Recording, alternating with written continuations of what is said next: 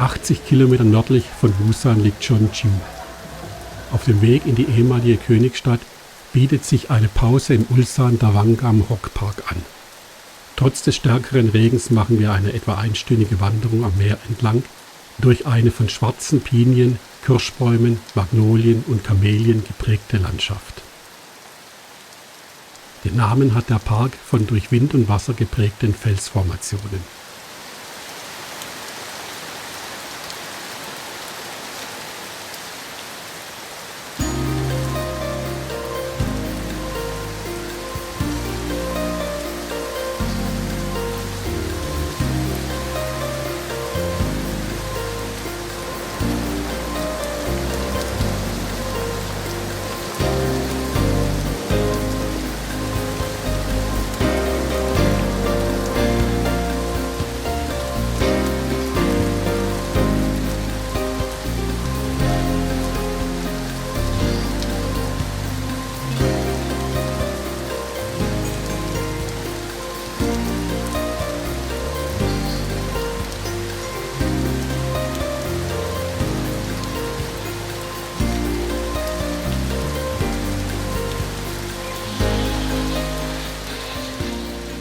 Am Ende des Wanderweges findet sich eine Druckluftstation für die Wanderer.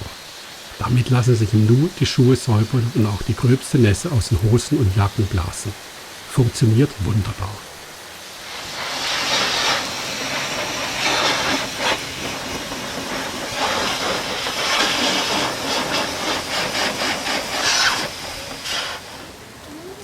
Am frühen Nachmittag erreichen wir Jeonju. Im Daenungwon, dem Park der großen Tumuli, finden sich 23 Königsgräber aus der Ära der 3 Königreiche von 57 vor bis 660 nach Christus. Im mit 23 Meter höchsten Grab, einem Doppelhügelgrab, sollen König Soi und seine Frau begraben liegen, das aber ist nicht ganz sicher. Unter grasbewachsenen Hügeln fanden hier zahlreiche Könige ihre letzte Ruhestätte.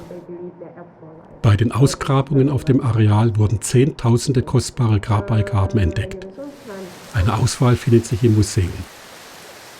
Die Grabkammer der Frau war reicher ausgestattet als die ihres Gemahls. Frauen durften damals einen höheren gesellschaftlichen Stellenwert genossen haben als in späteren Zeiten. So sind aus dieser Epoche mehrere regierende Königinnen überliefert.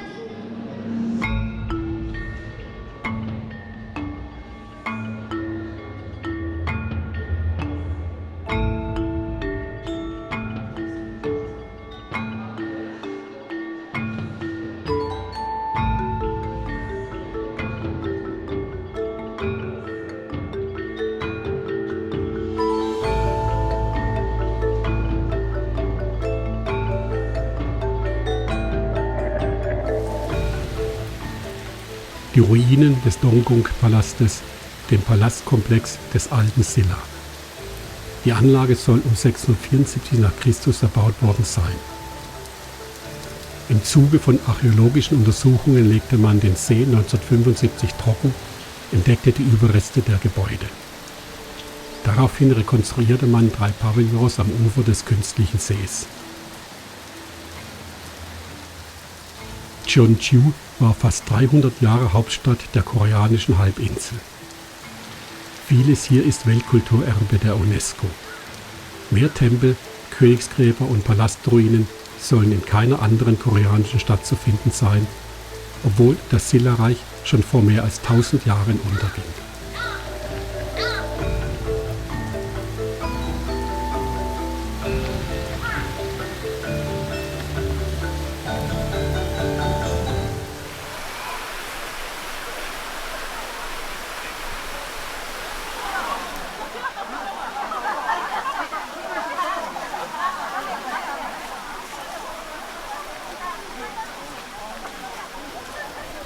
Weltkulturerbe ist der Bulguksa-Tempel, der Tempel des Buddha. Seine heutige Form erhielt er um 774. Das Areal umfasst mehrere Gebäude. Der Besucherstrom von Gläubigen und Besuchern ist an einem Sonntag wie heute enorm.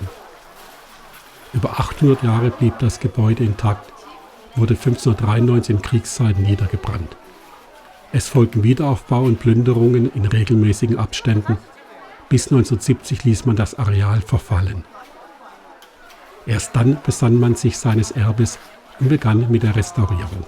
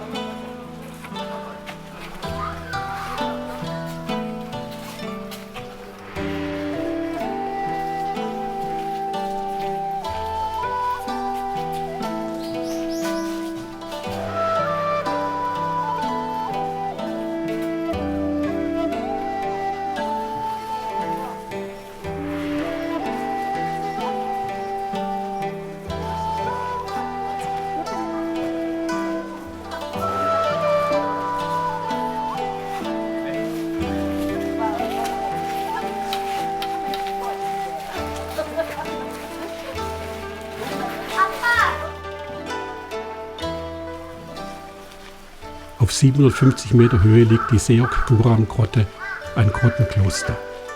Es stammt aus dem 8. Jahrhundert. Silla-Minister Kim Dae-song hat es zu Ehren seiner Eltern aus seinem vorherigen Leben errichten lassen. Das Grottenkloster besteht aus Vorkammer, dem Symbol des Irdischen, einem Korridor, dem Weg der Erleuchtung und der kuppelförmigen Haupthalle, dem Himmel, also dem Nirvana. Im Zentrum steht der 3,5 Meter große Buddha. Betreten dürfen die Grotte nur Betende.